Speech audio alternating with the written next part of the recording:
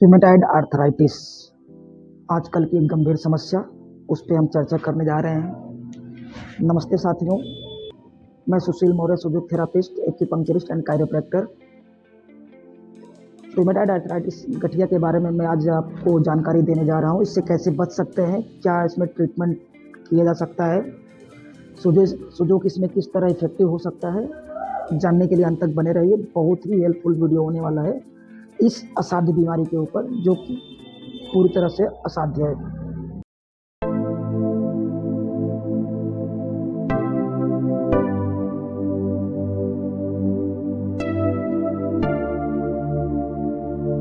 Rheumatoid arthritis होता क्या है? रूमेटॉइड आर्थराइटिस एक ऑटो इम्यून डिजीज है। इसको इम्यूनो कम्प्रोमाइज डिजीज में भी काउंट किया जाता है। इसमें होता ऐसा है कि हमारे बॉडी के जो साइनोवियल जॉइंट होते हैं, उसमें जो साइनोवियम करके मेम्ब्रेन होता है, उस पे हमारे बॉडी के जो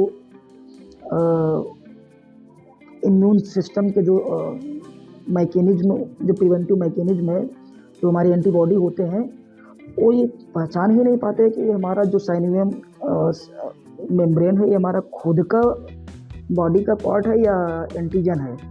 वो इसको एंटीजन के रूप में कंसीडर करके इस पे खुद अटैक करने लगते हैं, जिसके कारण में इन्फ्लेमेटरी रिस्पॉन्स आता है, स्वेलिंग आने लगती है। तो स्वेलिंग आने के कारण जो स्टिफनेस बढ़ने लगता है, स्टिफनेस बढ़ने के कारण में मोबिलिटी, जॉइंट का खुलना, फैलना या मूवमेंट होना कम होने लगता है। ये ज़्यादातर सुबह के सोकर उठने पे सबसे ज़्यादा इमिनेंट होता है। 1 घंटे से ज़्यादा टाइम तक आपको तकलीफ रहती है सोकर उठने पे। बाद में धीरे धीरे बड़े जॉइंट की तरफ जाने लगता है। इसमें जो इम्यून सिस्टम्स होते हैं, उसमें एड्रिनल हार्मोन्स और थाइमस ग्लैंड से बनने वाले हार्मोन से थाइमोसिन, एड्रिनल से कार्टिसोल, इन सब का बहुत बड़ा रोल होता है। इम्यून के फंक्शन को डिस्टर्ब करने में कुछ हार्मोन्स का बड़ा रोल होता है, जैसे thyroid hormones, liver producing hormones,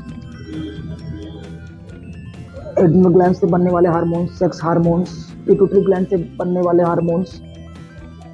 इन सब का अगर इम्बैलेंस हुआ, फंक्शन प्रॉपर नहीं रहा, तो कई बार ये सब कलेक्टिवली इन हार्मोन्स के फंक्शन में अगर इम्बैलेंस रहा, तो ये लोग कई बार इम्यून सिस्टम को डिस्टर्ब करते हैं और ये कई बार लीड करते हैं रूमेटॉइड आर्थराइटिस की तरफ। रूमेटॉइड आर्थराइटिस में ऐसा होता है कि जब इन्फ्लामेशन आ जाता है, तो साइनोवियल मेम्ब्रेन में ऑस्टियोब्लास्ट एक्टिविटी बढ़ने लगती है, और जो बोन होता है उसमें ऑस्टियोक्लास्ट एक्टिविटी शुरू हो जाती है, जिसके कारण मेम्ब्रेन्स जो होता है उसमें वो थिकन होने लगता है, मोटे होने लगते हैं और मोबिलिटी घटने लगती है।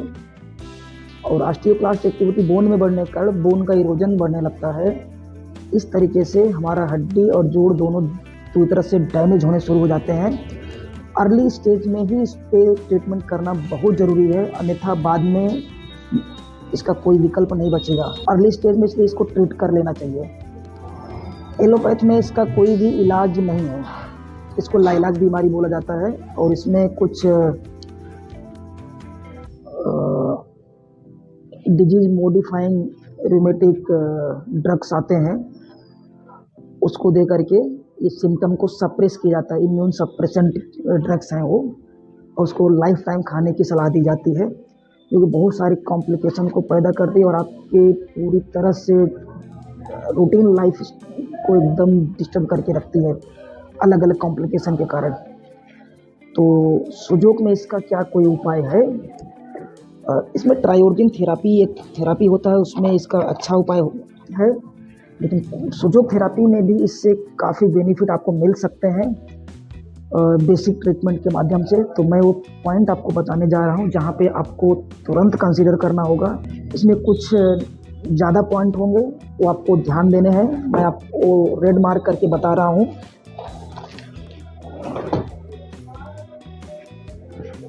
सबसे पहले आप ऐसे आइए, ये लाइन के बीच में, जहाँ पर ये बोन का गड्ढा एंड हो, जहाँ से बोनी स्ट्रक्चर स्टार्ट हो वहाँ पे। फिर उसके बाद ये लिटिल फिंगर और रिंग फिंगर के बीच में जहाँ पे आके गड्ढा स्टार्ट खत्म हो और बोनी पार्ट स्टार्ट हो वहाँ पे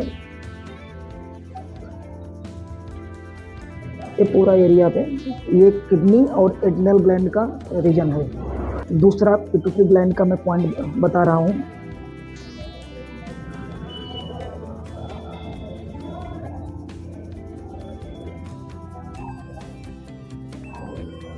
तीसरा मैं थाइमस ग्लैंड का पॉइंट बता रहा हूँ।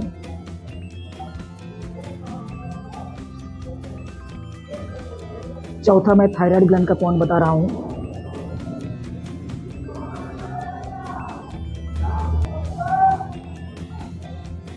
पांचवा हाइपोथैलेमस का पॉइंट बता रहा हूँ।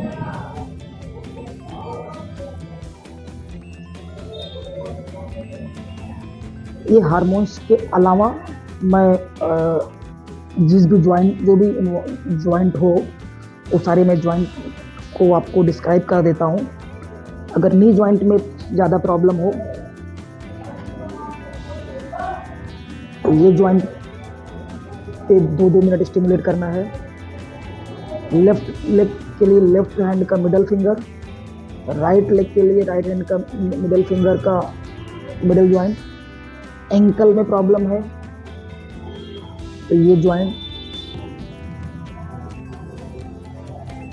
रिस्ट ज्वाइंट में प्रॉब्लम है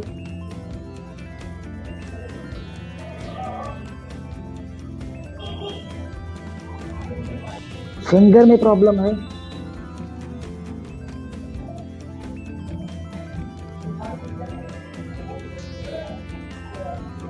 शोल्डर ज्वाइंट में प्रॉब्लम है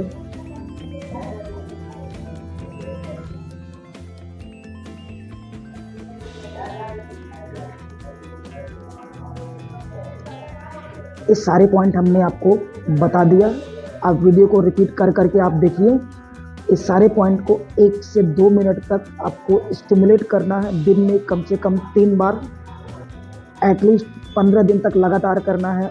उसके बाद 15 दिन के बाद आप हफ्ते में 3 बार कम से कम करिएगा। इस तरीके से कम 3 महीने ट्रीटमेंट करिए। मैं पूरा विश्वास दिलाता हूँ अगले 3 महीने के अंदर आपको बहुत ही सिग्निफिकेंटली इम्प्रूवमेंट देखने को मिलेगा, जो कि आपने अज्यूम नहीं किया होगा लाइफ में।